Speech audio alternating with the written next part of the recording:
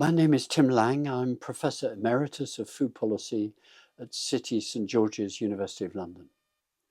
Why do you do the work that you do? I got interested in food when I was doing a PhD a long time ago in the very early 1970s. It seemed to me it brought together so many complicated issues. If you don't address food, you're unlikely to address human health, environmental systems, the nature of work, culture, dynamics, the future progress. It just seemed to me such an incredibly rich area to get lots of diverse experience and disciplines all to talk to each other. And I still think that 50 years later.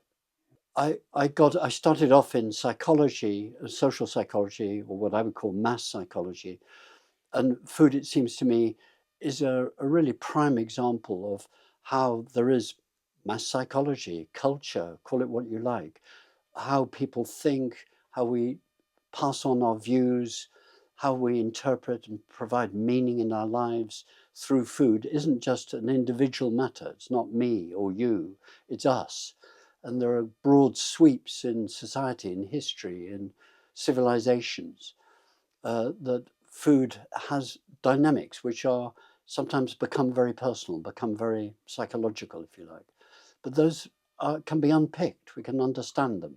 And that, it seems to me, is really important when we're facing challenges from the food system, what we call the food system now, the enormity of the damage of how modern ways of eating and growing and transporting and processing foods are having mass effects on cultures, on the land, on public health.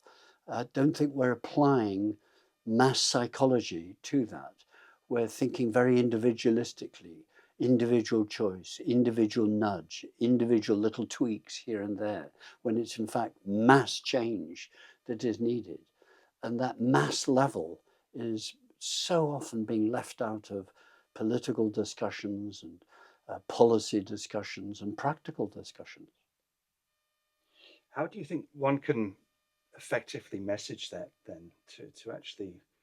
I don't think until quite recently we've really got to grips with the mass psychology of food change.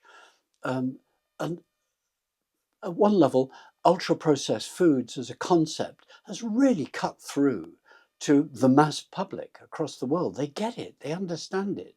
It sort of seems to fit what they see in the supermarket and on the shelves and see on offer and see the advertising.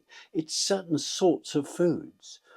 And that Nova classification has really got scientists, academics, epidemiologists, physicians to connect with culture in a way that we haven't seen outside war times, actually, of where the need for change um, is coming through to people and they get it. And it's why so much energy is being put by the food industries, those who are locked into bad diets and selling and making money out of bad diets.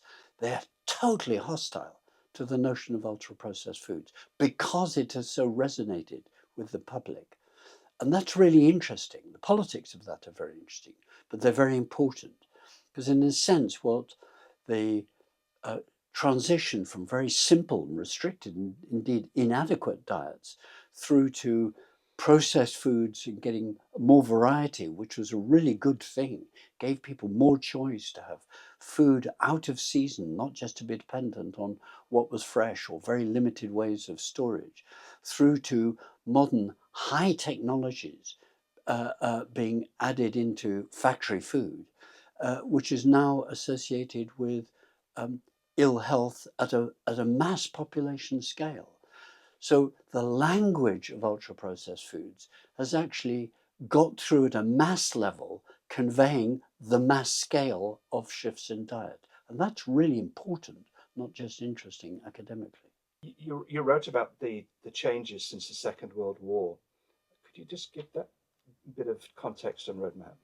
There is no one trend or dynamic that's happened in modern human history. But essentially, people like me, my generation, my peer group of thinkers about food systems and food policy, we tend to start with industrialization. And it really happened in Northern Europe, where I live. France, Germany, Belgium, or what's now Belgium, the Netherlands, Britain, that small neck of the world, started transitioning to the majority of the population very quickly working in industries, in towns. Towns boomed. The separation of people from rural existence, hand to mouth, very limited existence mostly, or very often, to an industrially based and furnished and financed existence, meant that what food was provided in cities and towns was very different to what it had been in rural life. And across the world, in the 20th and the 21st century, processes of industrialization and urbanization at scale are continuing and happening in a way that began in Britain, my country, in the late 18th century. And the trends are common, and nutritional analysis have called it the nutrition transition, a shift from very restricted, sometimes inadequate, grossly inadequate diets, because the availability of what we now know will be a good diet isn't there, to a growth of trade, an extension of a bigger range of foods, some processes that enable storage of food, to now ultra processed foods, where frankly it's non-food food, as some people call it. And that shift has happened in different countries at different times and different scales. But we can see the trends and understand them and see how they get a grip, not just on our mouths and our taste buds, but on our minds. We think this is food, when in fact, historically, in public health terms, it's not food, it's damage. You authored the 7 steps. I guess were you commissioned to do that by the government? I've recently spent 3 years writing what turned into a very big report for a body called the National Preparedness Commission here in Britain. It's not government, it's arm's length, but from very experienced people pulled together who basically started saying Britain is not thinking seriously about existing and coming crises. And is the country prepared for these shocks? And they asked me to look at food. And I said, hmm, yes, I'll do that, and I'll do it in a year. But it actually took me 2.5 years because it took an awful amount of time, a long amount of time, because I did it by interviewing people, wanting to talk to people in industry, outside industry, big industry, little industry, small farms, big farms. But my focus was the public. Is the British public prepared for shocks that analysts in the food system, of which I'm one, know are coming? Climate change, warfare, weaponization, we're seeing rising, ransomware, uh, holding food to ransom, suddenly cutting it off. We've had in my own country, after my report was published, 2 big food retailers were put out of business for great long weeks. Their supply chains disrupted. This is now an era of disruption in the food system. And I looked at that and talked and explored it. And I found actually some very interesting understanding about that that's not really shared with the public. But this affects the public. And is anyone thinking about the public, how it could get more prepared? Could is that about me storing food and saying I'm going to be all right, and then I don't think about my neighbors? No, my interviewees said it's about community, it's about society. Otherwise, it does become a source of conflict within societies as opposed to just between societies, which is what we're seeing at the moment. Russia invading Crimea and then taking over, trying to take over Ukraine, is a fight over some of the most valuable and rich and productive land in the world, which gives food and sells food to 55 countries. If you think of it like that, then the Ukraine-Russia conflict becomes a food war. And we've seen it in Israel and Gaza, whatever your views about that. Israel blockading food, and food turn off and turn on being a control mechanism. This is, we've seen it in Sudan, of where Sudanese factions are trying to kill each other and starve one bit of the population against the interests of another bit of the population. So food, what the Americans will call weaponization, is back in a big way. Why do I say that? Why am I concerned about that? Not just as an academic. It's because the entire post-Second World War food architecture of the UN system, the Food and Agriculture Organization, the World Health Organization, and then latterly the United Nations Environment Programme, the UN framework on climate change. These are all mechanisms of trying to prevent food being disrupted, food being a problem. And here we're finding things like climate change are becoming a main source and a growing source of conflict over land, over resources, over water, over access to food, over price, affordability. And these are shocks, slow shocks, which might become very big, fast shocks. So different levels of analyses of shocks is what my report looked at. And my report was very big, and I've spent a year going around Britain talking with very different audiences and constituencies of interest to say, what are your views about this? What could we do about this? What would it need for British society to be more prepared for these coming shocks? And is anyone thinking about your interests? So I did a very careful analysis from the centre of the state to literally the fringes of Britain, from the Orkney Islands to Cornwall, from the east of East Anglia through to the far west of Wales. I've done my best to take this discussion and say, what do you want? What do you think? How should we address this? And I gave my recommendations in my report, which are now being discussed. Is it actually published to the public? Yeah, my report, Just in Case, it's called Just in Case, was published in February by the National, I'll say that again. My report, Just in Case, it's called, for and to the National Preparedness Commission, was published in February 2025, after which I have done an exhaustive running around the UK, literally from the very north, from the Scottish Islands, the Orkney Islands, through to Cornwall in the southwest, from the west of Wales to the east of East Anglia, trying to take it to very different audiences, very big mass meetings of 800-900 people, through to very small groups of inside track people, just saying, look, no one's really thinking about the public on this. If they're thinking about shocks, they're just thinking, how can Tesco keep going? How can Unilever keep going? How can a farmer keep providing the milk from his or her cows into the supply chain? That's not the same thing as keeping the public confident and in trust with the food system and getting the food public to be prepared for coming shocks. When I looked at 10 other countries, which I did, I took on two workers to help me in this process because it was very big and very serious. Other countries are doing much more than Britain has been doing, thinking about it, giving advice, very detailed advice.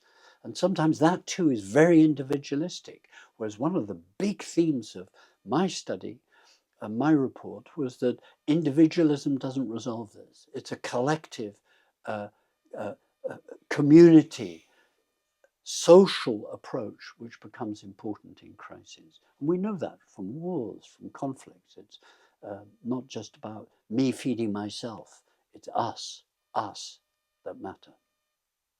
I looked through the abstract of the paper, and you have 7 steps in there. How did you come to those 7? How did you Trying to address what could we do about this very sober situation that analysts, my interviewees, who were all anonymous. I wanted to interview people and them really say what they thought, not just represent their company or represent their discipline or represent their own little worldview. I wanted to get a very broad range of people in and to talk very frankly about what are we going to do about making the British public more prepared for coming shocks.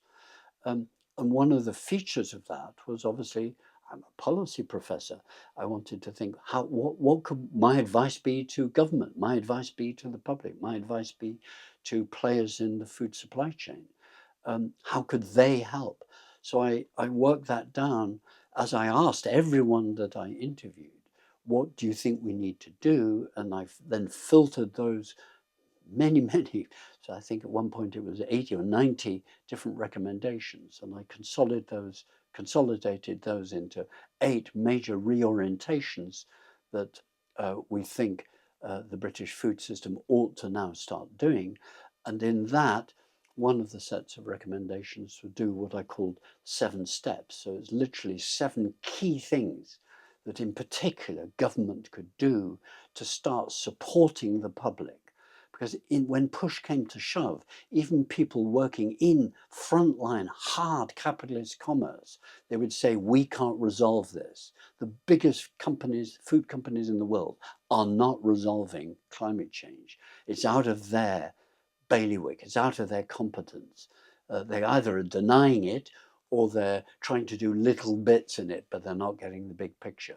When asked, some of them agree with what people at the basic level, at the community level, would say, we need infrastructure, we need support, we need organization, we need finance, we can't just say store food. If you're poor, if you can't afford to feed your family a decent diet, even now, uh, how on earth can you be expected to start stocking up for a coming crisis? That means you've got to have different systems that we've taken out of houses. There aren't larders. There isn't storage. If anyone has storage, it tends to be in a fridge or a deep freeze. What's the first thing to go out in really big conflicts or crises? It's the energy system. Why? Because that's how you knock out other countries. We see that in Ukraine. We see that in every warfare that happens. Take out the energy system and people are in real difficulties. So one of the things that emerged from that in my findings was, what on earth is the point of putting advice on the web? The web is irrelevant because, as we see, it gets knocked out very quickly and very easily, or is suspended by those people who control it, be it governments or big corporations. So one country that I interviewed and talked with at great length said, we give every household cards, not flimsy paper that can get rubbished if it falls in a puddle, cards that will survive. Very simple. We don't rely upon the web. There may be something on the web now, but the assumption is we've helped build them into thinking about what's their community, what would they do if government collapses, which is one of the starting assumptions people on the borders with Russia now make. The government will collapse, it won't be there. But what could government do now to help build resilience? That's that term, being able to bounce back from shocks. What would public food resilience look like? And that became the big theme of my report. That's why the subtitle is about civil food resilience. I coined this phrase, and it's sort of getting into the language of policy now. What would civil society look like if it was based around supporting and encouraging and building the capacity, the skills, the confidence, the trust, the networks, some storage to survive and bounce back in shocks? That's a totally different framework from saying, well, I'll go to the supermarket and get some extra supplies. The supermarket may not be there.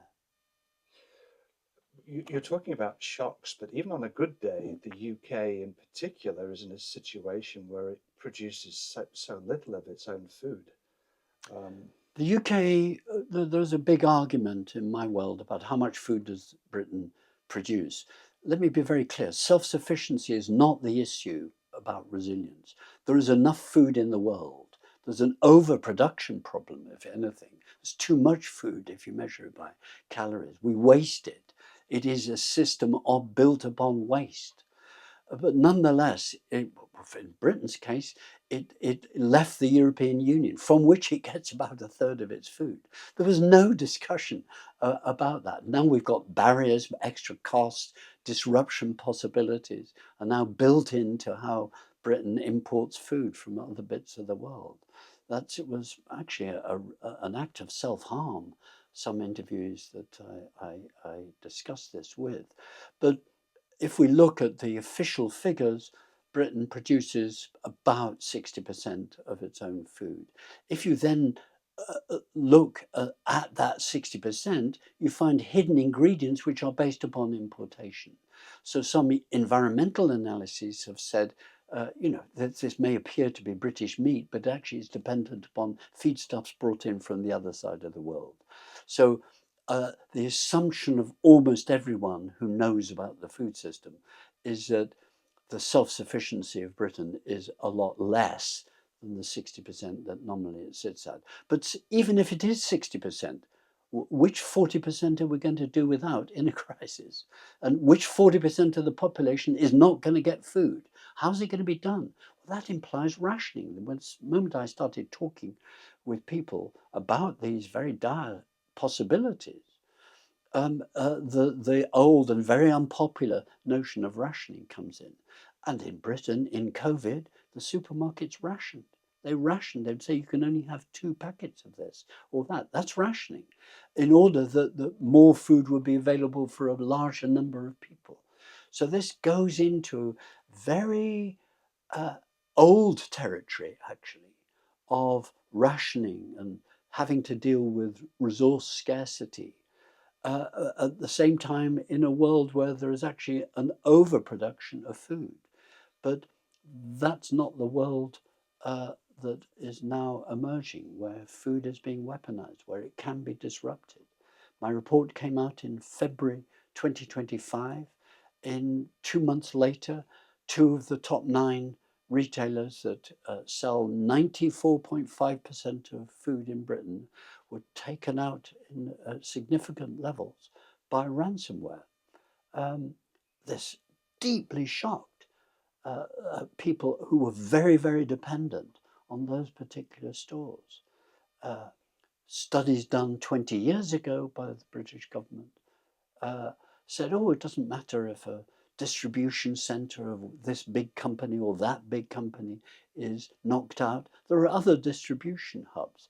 Well, in my report, I went and looked at the 9 companies who account for 94.5% of all retail sales in Britain, uh, retail food in Britain, and they have about 12,250 stores, some big, some very big, some small, but the food sold goes through precisely 131 distribution centres or regional hubs. So if you think of it, when you go on roads in Britain, you see endless food trucks. They're trucking. 1 in 5 trucks in Britain is food.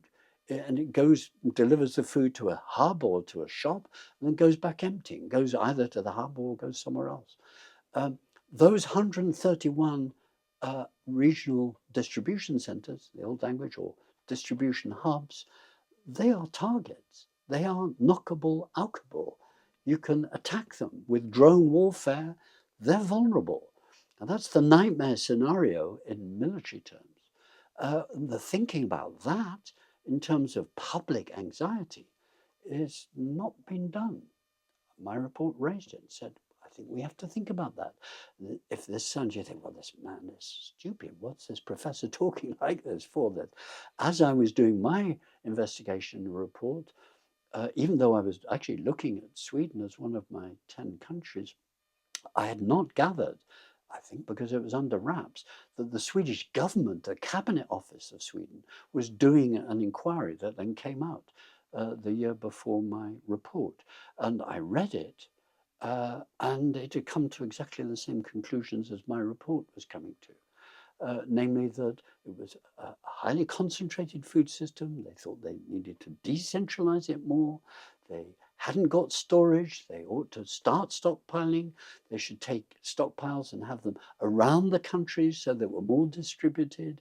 In other words, it was thinking about the coming possibility of food weaponization, plus disruptions, ransomware, energy knockouts, etc., etc. So in some respect, it gave me confidence that I was not alone in coming to the conclusions I was coming to. But Britain is a different society to Sweden. Sweden has a much smaller population. Britain has a much bigger population. But Britain has left the European Union. Sweden's still in it and still came to the same conclusions as my report came to. The breadth of what you're talking about, the enormity of it, how do we address that? One of the reactions to my report and discussing it in some people is that this is deeply depressing, it's so big, I don't know what I can do about it, and so on. Actually, my report completely discusses that because I asked the interviewees I interviewed exactly those sort of questions. What can people do about it? And my report is actually very positive. It says there are things we can do about it. The scientific evidence says if you're going to go into a food crisis, it's best to be in that crisis as it unfolds with a more sustainable food system rather than a less sustainable. So one which is low carbon, diversified, more plant-based, more varied in terms of skills and plants and variety of food products and so on. At the moment, we have been concentrating where our food comes from, industrializing it, reducing the amount of, just take dairy products. If you want dairy products, 2 decades or 3 decades ago, there were 55,000 dairy farms in Britain. There are now 5,000. It's gone down by enormous percentage. Uh, so they've become bigger. The dairy firms are bigger. Dairy company farmers are much bigger. So they're more at risk if their feedstuffs for their animals go down. They're less diversified. The farmers have become specialized just in one product, one output. A more sustainable food system is one where the growers are themselves more diversified. And that becomes a really big point in politics, actually. Do we want to get more and more efficient and have fewer big farms, or do we want more diversified and many more medium-sized farms? That's a big political issue that's way beyond what I can decide. But that's a principle of diversity. And it's the same when it comes to us. There's no point me, Tim Lang, Professor Emeritus of Food Policy, to just look after my household. It's much more important if I'm in a position and have got infrastructure to think about my area of London or think about my street and the solidarities and the knowledge and the human relations where people in a crisis, I've got food, but my neighbour's house may have collapsed. Will I feed them? Yes, of course. They're not strangers to me. So knowing people and having those social networks become really important. And we saw that beginning to build up in COVID. People helped each other. They came out of their daily lives and neighborhoods. Neighborhood networks expanded in a remarkable way, very often web-based, which may be one of the things that is targeted in big, nasty conflicts. But nonetheless, those knowing your neighbor, being part of a neighborhood group or a street council, or those things are actually food resilience organizations. And one of the things that my report went into, because I went and talked to people in local government, was what could local government be?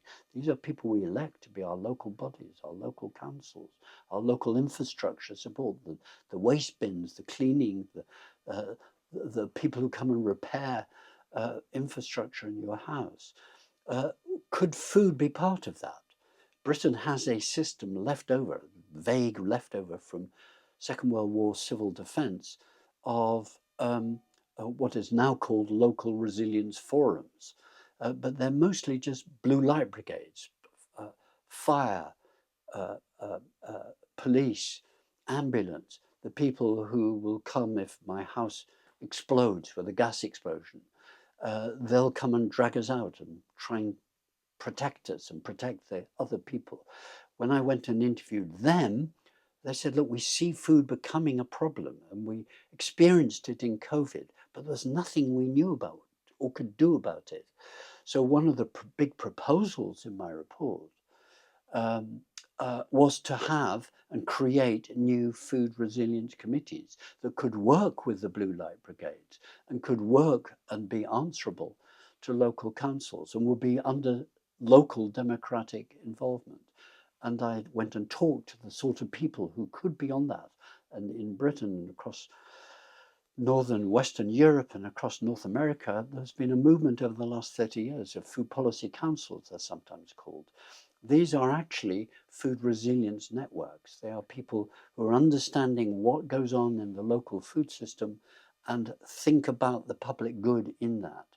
These could and should be a national system, I recommend it.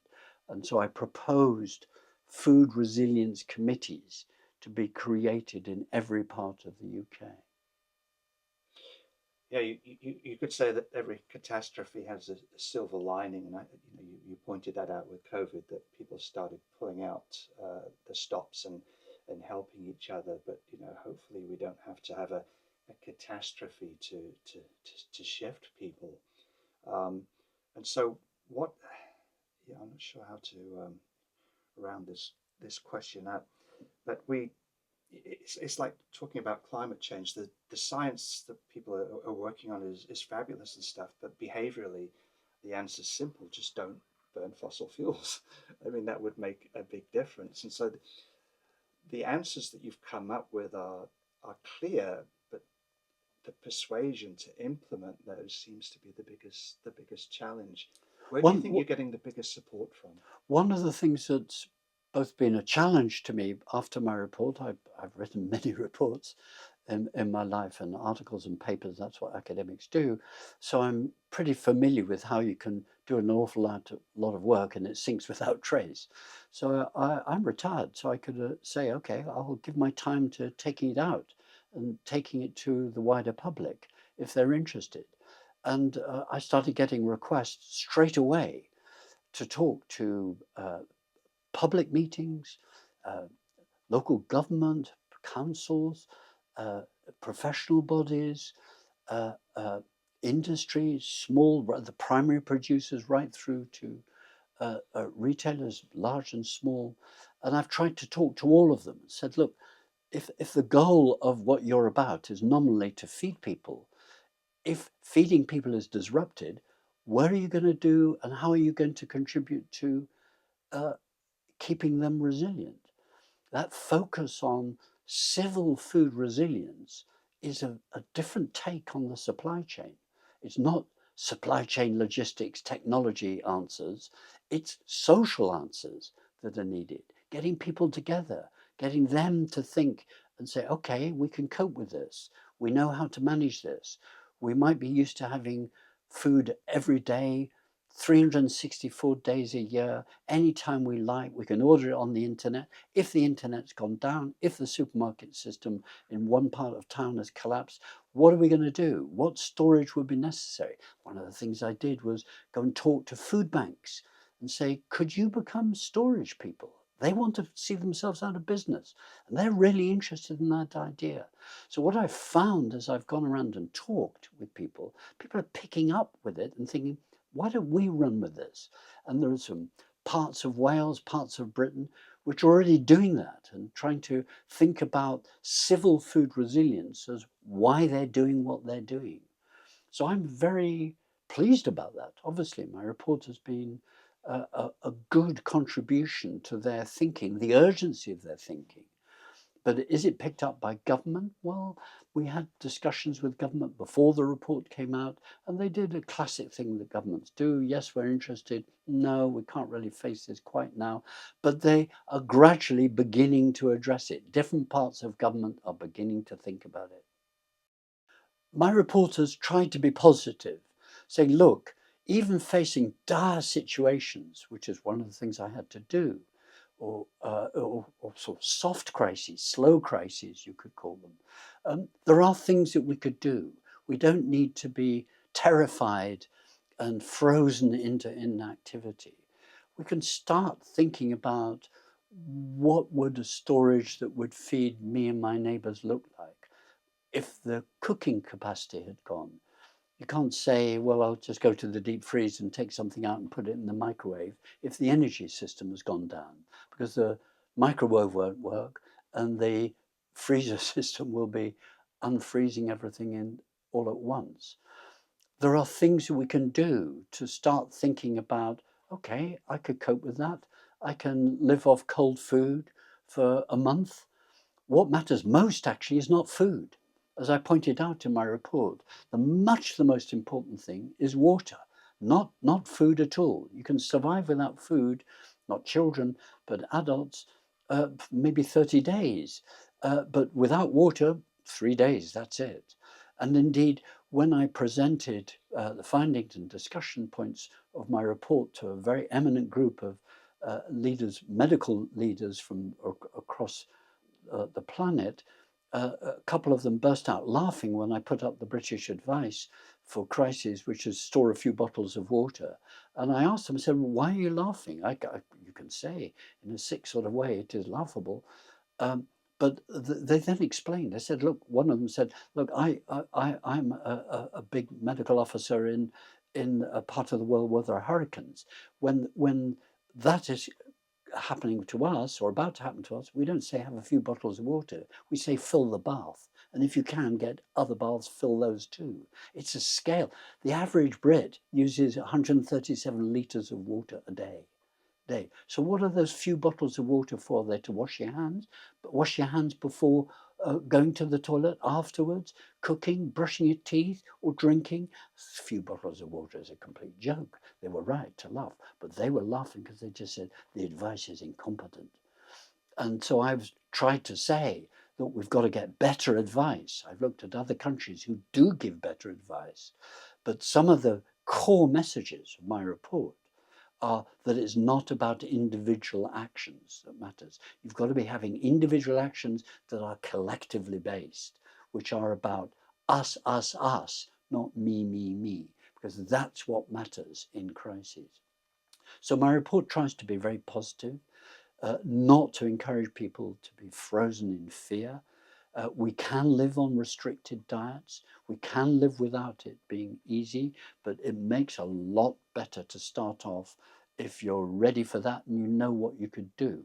And it also, at a systemic level, you're more likely as a society to survive really big food crises if you've tried to make your food system less concentrated, more diverse, more potential sources of getting your food from. If your milk just comes from one mega dairy, if that goes down, you're in a great deal of difficulty. But if dairies are everywhere, you can get different sources for your milk if one goes down. It's the same in horticulture. And actually, it's horticulture that really matters in crises. One of the things that came up when I interviewed people, growers, about the experience in COVID. Small growers saw their uptake double in COVID. People suddenly wanted them. But then the demand fell back to just getting it where it was cheapest. And that's sort of short-termism as opposed to building sustainability for the long term. So there are big challenges to government, but big challenges to us as consumers too. We can't just expect what we've grown used to. In a sense, we're living on borrowed time. Is there a way forward without catastrophe taking place that it's possible to shift the system to something that's equitable, sensible, and I good? I describe myself as a food optimist despite the evidence. The evidence is not good, where we've developed a food system and we consume from a food system which is the biggest user of land on the planet, is desertifying in some places, damaging soils almost everywhere, polluting. It's the biggest user of water. It's the bigger of potable water on the planet. It's the biggest source of premature death now is our diet and the dietary trends. We've turned what should be a success story into a source of possibly our own undoing and certainly mismanagement for coming crises. But there are things we can do. We can decarbonize our food system. We can eat differently without having uh, sources of food which are contributing to ecosystems damage. The big transition away from eating meat as much and dairy as much as a North American does to reducing it to the old Mediterranean diet, where it was festival food and exceptional food rather than the basis of a diet. Having a more diversified diet, a more plant based diet, rich in seeds and nuts, That requires us to grow more nuts, more seeds. We're not doing that. We're not sending messages to our land users, the primary producers, the growers, the fisher people. We need diversification from you rather than concentration from you. And whether it's fish in the sea or whether it's plants from the land, the message actually is the same. The more diversified we can make it, the better. And the more careful we are not to over consume from it, the better.